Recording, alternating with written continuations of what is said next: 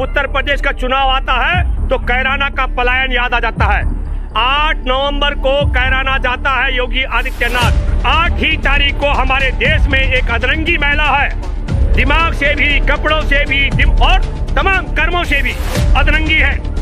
उसको राष्ट्रपति भवन में पद्म श्री से नवाजा जाता है।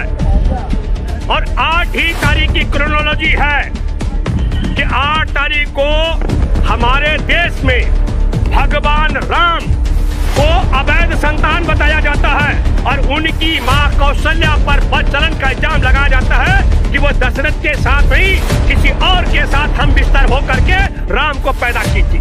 और 8 ही तारीख को, 8 ही नवंबर को जो तुलसीदास जिन्होंने राम की गाथा बताई, राम राज्य को बताया कि राम राज कैसा होता है, उनकी कर्म भूमि कासगंज में 23 साल के एक युवा अल्ताफ को राह उठाया जाता है। ये पूरा आपको समझना चाहिए।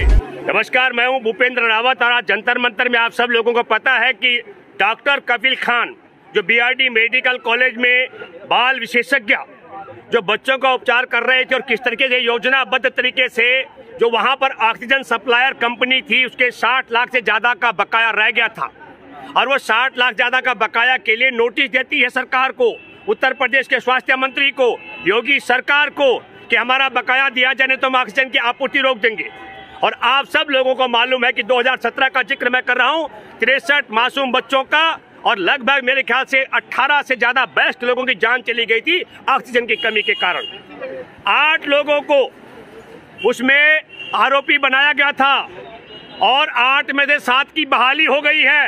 एक बाल विशेषज्ञ डॉक्टर कपिल खान है जो हर जगह से हाई कोर्ट से लेकर उनकी अंतरिम जांच की कमेटी से लेकर के निर्दोष साबित हो गए, लेकिन अभी उनको नवंबर 2021 में 10 नवंबर को उनको हटाया गया। और इस क्रोनोलॉजी को आपको समझना पड़ेगा। मैं आपको 3-4 चीजें बताता हूं क्योंकि उत्तर प्रदेश के चुनाव सिर पर है। मैं सिलसिलेवार बताता हूं कि 8 तारीख को आप सब लोगों को मालूम होगा जब उत्तर प्रदेश का चुनाव आता है तो कैराना का पलायन याद आ जाता है। 8 नवंबर को कैराना जाता है योगी आदित्यनाथ ये कहने के लिए कि जो पलायन करके चले गए थे या वहां से रोजगार या बाकी चीजों को लेकर, लेकिन मुसलमानों को इशू बना करके कैराना जाने का काम करता है। और 8 ही तारीख को हमारे देश में एक अधरंगी महिला है, दिमाग से भी, कपड़ों से भी और तमाम कर्मों से भी अधरंगी है। उसको राष्ट्रपति भवन में पद्म श्री से नवाजा जाता है। और 8 ही तारीख की क्रोनोलॉजी है कि 8 तारीख को हमारे देश में भगवान राम को अवैध संतान बताया जाता है और उनकी मां कौशल्या पर बदचलन का इल्जाम लगाया जाता है कि वो दशरथ के साथ नहीं किसी और के साथ हम बिस्तर होकर के राम को पैदा की थी। और 8 ही तारीख को, 8 ही नवंबर को जो तुलसीदास जिन्होंने राम की गाथा बताई, राम राज्य को बताया कि राम राज कैसा होता है, उनकी कर्म भूमि कासगंज में 23 साल के एक युवा अल्ताफ को राह उठाया जाता है। ये पूरा आपको समझना चाहिए। राम के बाप पर, राम के माँ के चरित्र पर सवाल खड़ा करना। अब मैं आपको बारी बारी से बताना चाहता हूँ। मैं भूपेंद्र रावत ये दावा करता हूँ, अजय बिष्ट उर्फ योगी आदित्यनाथ जिस गांव में पैदा हुआ उस गांव में एक भी मुसलमान नहीं रहता है, एक भी सिख नहीं रहता, एक भी ईसाई नहीं रहता, एक भी बौद्ध, जैन, पारसी नहीं रहता है वहां। और वो गांव खाली हो चुका है। मैं आपके माध्यम से चुनौती देना चाहता हूं, वो अजय बिष्ट उर्फ योगी आदित्यनाथ बताए कि वो क्यों पलायन किया। मैं पलायन की बात इसलिए कर रहा हूं, पलायन 3 कारण से होता है। एक, रोजगार की खोज के लिए, स्तरीय शिक्षा के लिए और स्वास्थ्य को लेकर जैसे हमारे शास्त्री डॉक्टर कपिल खान जिनको बीआरडी कॉलेज में अगस्त 2016 में नियुक्ति मिलती है और अगस्त 2017 में ऑक्सीजन की कमी होती है बीआरडी मेडिकल कॉलेज में।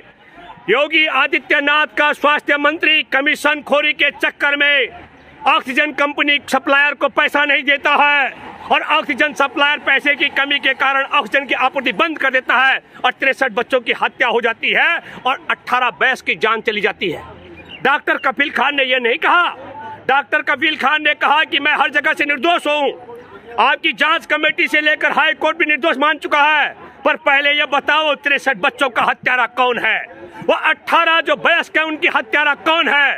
तो इन सब मामलों को लेकर मैं ये कहना चाहता हूं, क्या कारण है कि 8 नवंबर को राम के बाप को सवाल खड़ा होता है वो दशरथ की औलाद रही है, जबकि हम दशरथ नंदन सुनते आए हैं।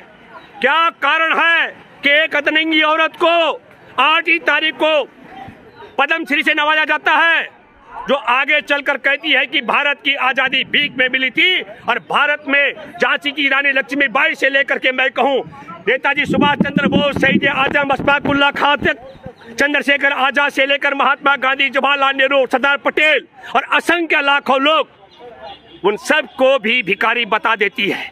और फिर कैराना पर मैं वापस आता हूं योगी आदित्यनाथ को चुनौती देने के लिए, और आप सबके माध्यम से एक बात कहता हूं।